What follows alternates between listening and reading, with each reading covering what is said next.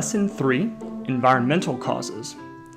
Now, in the last lesson, we reviewed the biological bases of ADHD. In this lesson, I'm going to spend a little bit of time talking about possible environmental causes of ADHD and ADHD-like symptoms. And I'm going to use that word ADHD-like because there are often times that we create situations, that there are factors in the environment that create symptoms that look like ADHD, though there is no biological basis for those symptoms. Instead, they are symptoms triggered by events in the environment. So while the environment can certainly exacerbate authentic ADHD, it can also create ADHD-like symptoms in the non-ADHD brain. So there are three primary areas of environmental triggers that we're going to talk about: parenting, lifestyle, and school. And again, if you want more information, check out our YouTube channel, PAEDEIA, P-A-E-D-E-I-A, and we'll have a lot more information there about some of these potential causes. Here we're just going to do an overview just to give you a little bit of background for that. So let's begin with parenting. One's parenting style, a parent's style of approach to the parenting task can certainly impact a child's behavior. I don't think that anyone would argue that. Passive parents often allow their children a great deal of behavioral latitude. They allow their kids to do it. They're not as engaged. They love their children immensely, but they have very little structure, very little expectations. So as such, the child never really learns boundaries. They never gain the ability to differentiate appropriate from inappropriate behavior.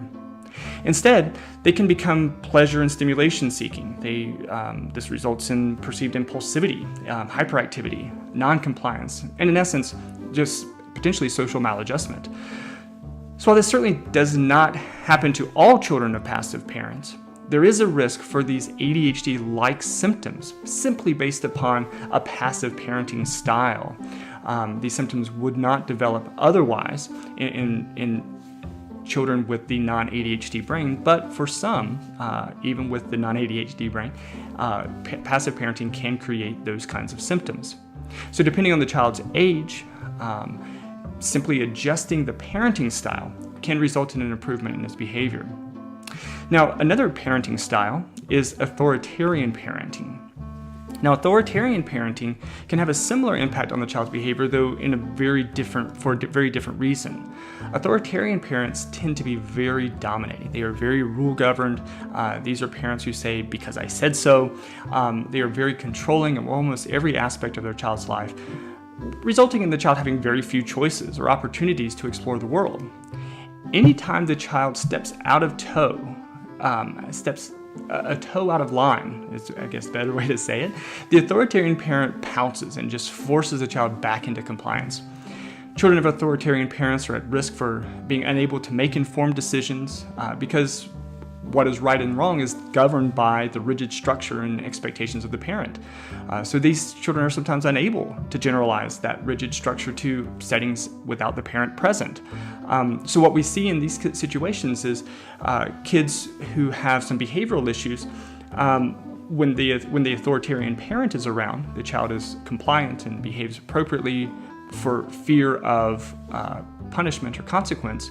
But when that parent isn't around, the child often engages in challenging behaviors that are unmanageable because there's nothing that a teacher or perhaps the non-authoritarian parent can do that is as significant as what the authoritarian parent can do. So these children are at risk for rebellion, though this tends to happen a little bit later in the developmental cycle, say adolescence or so.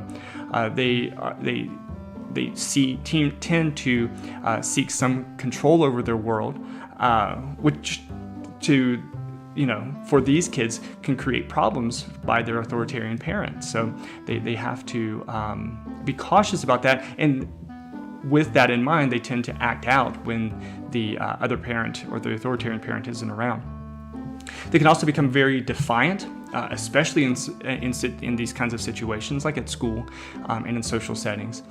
Again, these children are at risk for these ADHD-like symptoms because they're not paying attention. They're not doing what they're supposed to be doing. They may be aggressive. They may be oppositional, not because of their biology, but because of the way that the parenting has shaped their behavior and led to them being unable to know how to manage behaviors independently when the authoritarian parent isn't around. If you think about these kinds of situations, children have to learn how to behave. Unfortunately, when you have an authoritarian parent, you never really learn how to behave, you're just told how to behave. There's not a lot of learning that happens in those kinds of situations. It's just instruction, it's just demands. Now, there is a third parenting style that is much healthier. It's the authoritative parenting.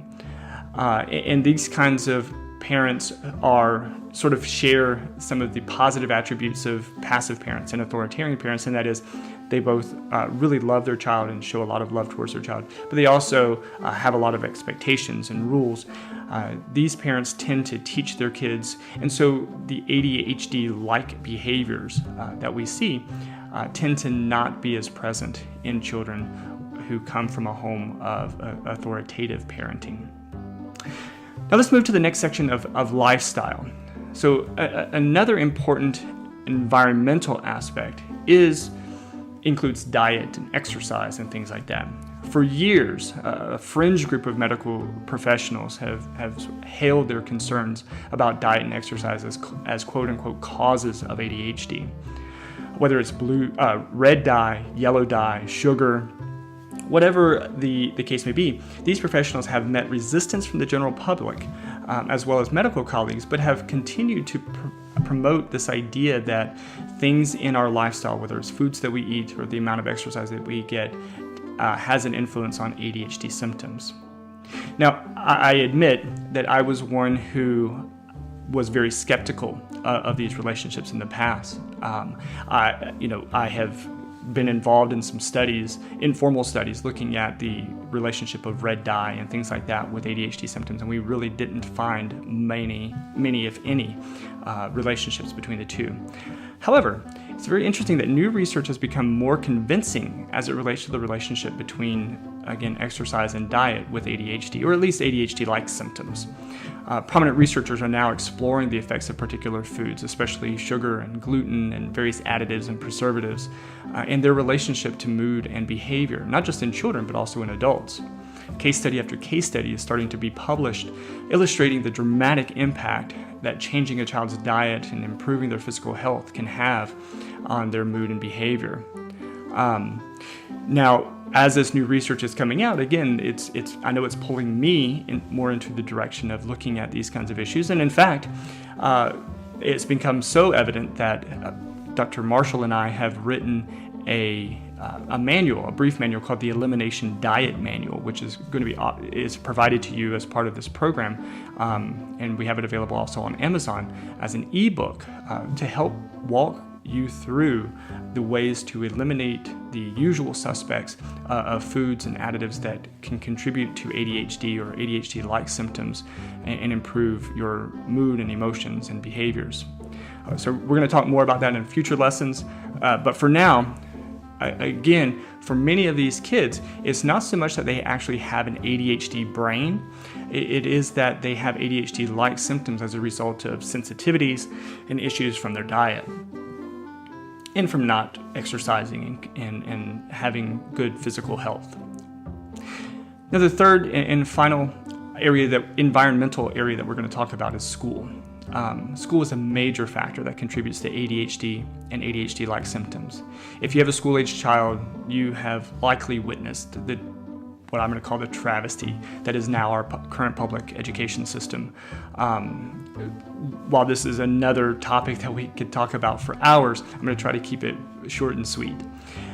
As the demands, both behavioral and academic, on children increase, the normal child's ability to cope with those increased expectations becomes strained.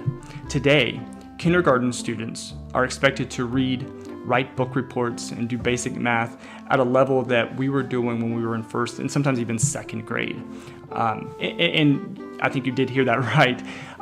Kindergarten students now are, in some schools, are expected to write book reports. So while some students can do that, while some students can meet these heightened and sometimes excessive expectations, other students can't. Other students who are within the boundaries of normal developmental trajectory, they can't meet those expectations. It's not because they don't have the skills, they don't have the cognitive skills. It's not that they are developmentally delayed. They just can't meet those expectations because they are beyond what is expected for a kid that age.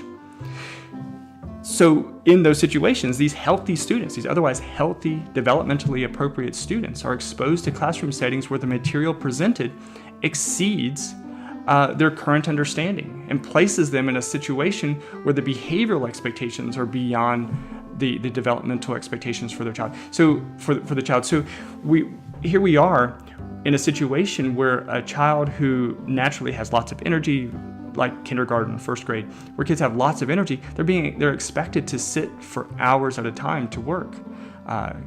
We now have quiet lunches in elementary schools. We're not allowing kids to talk with one another during lunch. And again, these expectations, these behavioral expectations, are far beyond what is developmentally appropriate. When we think about these environments, when we think about these settings, we can see how it can create ADHD-like symptoms. And in fact, if I took anyone listening to this course, anyone participating in this course, or myself, and we placed ourselves in a situation where we were expected to learn something or expected to behave in a way that was outside of our developmental understanding. So if we took a molecular genetics course, it would not be long before we would lose attention. It wouldn't be long before we started shifting in our seats, and we would appear off task. We would have difficulty concentrating. The instructor would ask us a question and we wouldn't be able to answer it. And so for all intents and purposes, we would look like we have ADHD. Now, whether we do or don't, it doesn't matter, because we look like we do because the expectations of the environment exceed our ability. Same thing happens to our kids. We know that these ADHD-like symptoms disappear when the expectations of the environment become more developmentally appropriate. So it's not that these kids have ADHD. There's just a mismatch between their ability level and the expectations of their environment. So we have to be very cautious when we're talking about these issues, because I'm talking about general education classrooms. I'm talking about general regular schools. I'm not talking about magnet schools. I'm not talking about college preparatory schools or anything like that. I'm talking about regular public high schools, but also public elementary schools that have expectations of kids that far exceed their ability, despite the fact that the child is at a developmentally appropriate level. When we get those kids, when those kids are referred to my office, they look like, from reports, that they have ADHD. But when I meet with them, even when I do direct assessment and testing, it is clear that they do not have the biological basis of an ADHD. And so we have to be cautious of that. So, all right, I'm gonna get off my soapbox or else I won't be able to stop. In this lesson, we discussed some of the environmental factors that can at least exacerbate ADHD symptoms in the authentically ADHD brain, or even create ADHD-like symptoms and behaviors in kids without ADHD. While none of these factors, in my opinion, cause ADHD, they do contribute to the overall picture and warrant attention whenever you're thinking about your child, whenever you're looking at the variables that influence your child's behaviors. We could revisit a lot of these factors in later lessons, because it's going to help us when we try to provide some strategies and learn better ways to cope with and manage the behaviors in different settings.